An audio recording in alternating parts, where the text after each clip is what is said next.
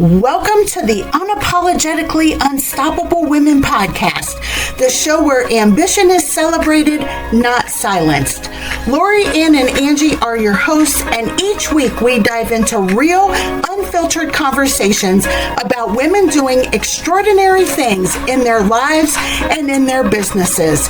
Here we don't shrink to fit expectations or apologize for our success. We share stories that are inspiring, hilarious, and always authentic, because becoming unstoppable isn't about perfection, it's about persistence.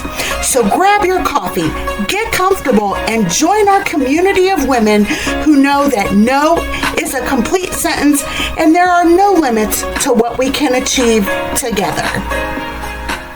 Where I'll be honest, I didn't have the emotional intelligence enough, and I did cross over into that cocky. It's like I felt like I had something to prove as, 23, 24, 25-year-old young woman entering into the corporate world. And there were times I was cocky. And that's still, sometimes I find myself straddling that line, and it's like, who don't, because no one likes cocky, like your peacock feathers are out, and it's like, I'm the best thing since sliced bread. And I really don't think that way about myself, but I am very confident. And but it can be a turnoff. But once again, I'm still not going to apologize for being me. Well, and that's a big difference being cocky. I look at being cocky as I'm showing confidence and you're not good enough.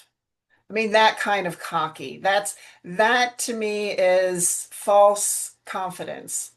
Confidence, if you're really confident, then you're not only confident about yourself, but when you're confident about yourself, it doesn't matter if other people are also contributing in a bold, wonderful way, because you're confident enough to stand in your own power without degrading other people or poo-pooing other people, because they also have confidence and they also know what they're doing.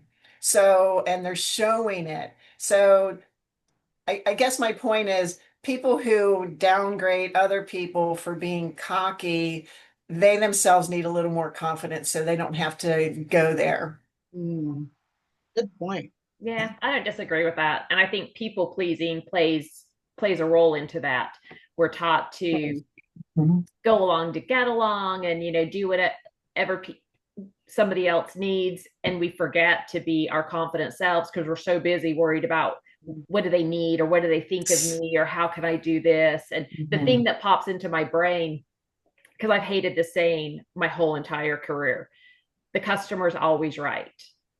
I'm like, all that did is give somebody the license to act like a fool and get away with it. Like, I feel like that was the biggest downgrade of authenticity and the ultimate people pleasing. Like, so you can come in, act like a fool and get stuff for free or get, whatever.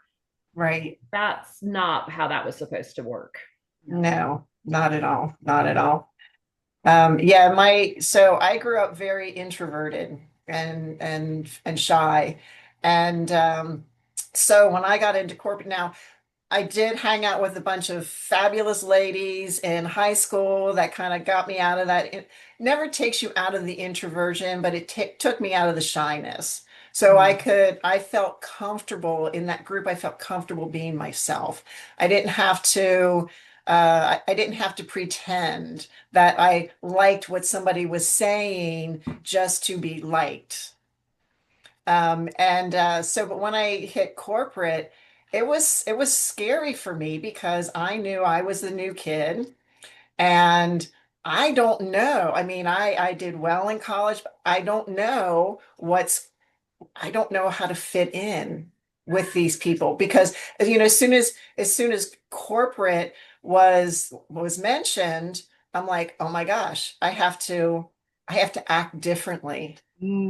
And I was blessed that the first company I worked for out of college, first of all, there were a lot of people who were just out of college like I was.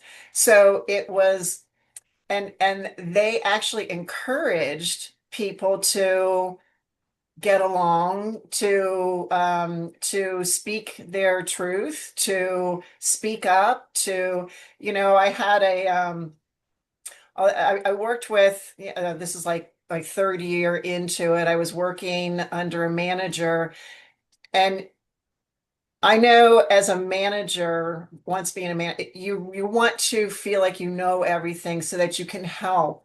But then I quickly learned that management isn't about knowing everything. It's about managing and making sure that your people know what they need to know and have what they need to do the job.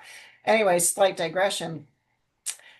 I was a threat to her because I knew the software language and she didn't. And she was learning it. And so she gave me I shouldn't say a really bad, for me, it was a really bad review. And the process of reviews, her manager also had the division head had to have a conversation with me. Not, I mean, it was just process. It was just process. Mm-hmm. And I was this close to just saying, I'll do better. But I'm like, wait, this is wrong. I know what she said about me is wrong. And because I would question what she was doing, and she didn't like that. But I knew it was wrong, and I tried to. So anyway, I told him this, and I said, I'm just telling you, I don't expect anything, just telling you. And he came back after about a week. He said, I've asked other people, and they said the same thing, that you were doing your job, you were doing a great job, and she was essentially holding you back. He said, I will change your review. Wow. Now, the review, it was like when you're expecting an A plus, it was like an A minus. Okay. So it really wasn't bad, but it just, well, it was probably more like a B. And I was like, it just really bothered me. But I just said, you know what? I appreciate that, but I learned a good lesson here. I learned a really good lesson here. And and I know that part of my wanting to fit in, wanting to prove myself was the driving factor for getting a good review because it really wasn't a bad review. Um, and so I kind of owned that. And I was like, I own this and I'm going to learn from it and I'm going to move on. So, yeah, I could have hid behind it. I could have, and there are just so many different ways I could have taken that. Mm. But I had to speak my truth. I guess that's the point. I had to speak my truth. And I was afraid, I was nervous about it, but I still did it. Yay. So instead of just trying to, go with the flow and fit in, and yeah. What I want to be careful of as we're talking about this is that we don't say authenticity is more important than approval. I want both. I want to be myself and I want to be accepted and loved and admired, so I still want the approval and the words of affirmation, not at the expense of myself, but in addition to being myself. So I feel like we've Yes, maybe started this going, hey, this is more important. It's not. They need to work well in conjunction with each other. absolutely. Absolutely. Yes. Yeah.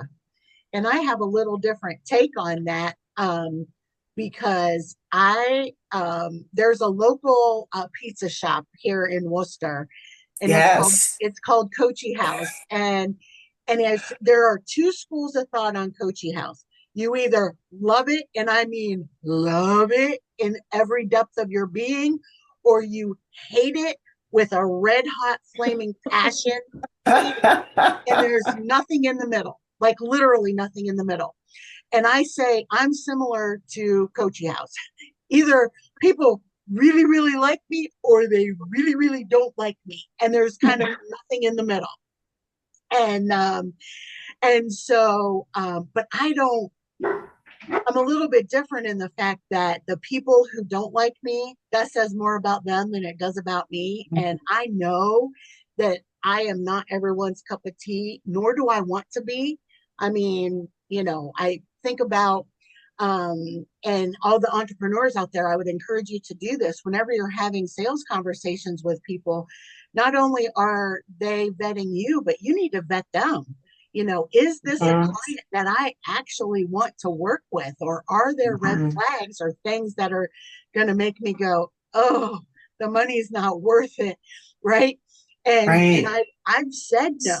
I've said no to women. And I actually had one where she literally held up her credit card. She's like, I will pay you today. I said, I'm not the coach for you. And I went on and on, as to why. And she was so offended. But I just knew, it wasn't going to be a good fit. And I even said, I go, and in the end, I'm like, you would not like me. I said, you would give me a very bad review. I said, because of different just our personalities were so different. And she needed a lot of hand holding, like a lot. Like a lot. High maintenance. And then some. And I just wasn't going to do that. I mean, so anyhow, and so it's this it's a weird thing. I think I think of approval as maybe on a spectrum, and some of us sit more on what, one way or another. Do I like to be like 100%, but if I'm not, I'm like, at the end of the day, it's okay. Like, I'm okay with it. It's not something like, I spoke at a local event here a couple of weeks ago. I got a terrible review. Terrible. I got the lowest out of all the speakers of the day. I mean, I got like a 3.5 out of 5, and all the other speakers got into the 4s. And some of the remarks, and I was like, but I realized too that it wasn't my crowd. I was speaking to the wrong crowd. And so that was something I had just learned about myself a couple of weeks ago. They used to be my crowd back in the day, but I have grown and evolved in my speaking and in my presentation skills and all the different things. It doesn't make them wrong and me right, or me right and them wrong, or whatever. It's not about that. It's just, it was no longer a good fit. So I wasn't shocked that I did a terrible job. And thank you for tuning in to another episode of the Unapologetically Unstoppable Women podcast. If today's conversation fired you up, inspired you, or made you laugh out loud, don't forget to hit subscribe and share this episode with another unstoppable woman in your life. Remember, you don't have to apologize for your ambition, and you never have to shrink to fit someone else's expectations. Keep showing up, keep breaking barriers, and keep living life on your own terms. Until next time, stay unapologetic, stay unstoppable.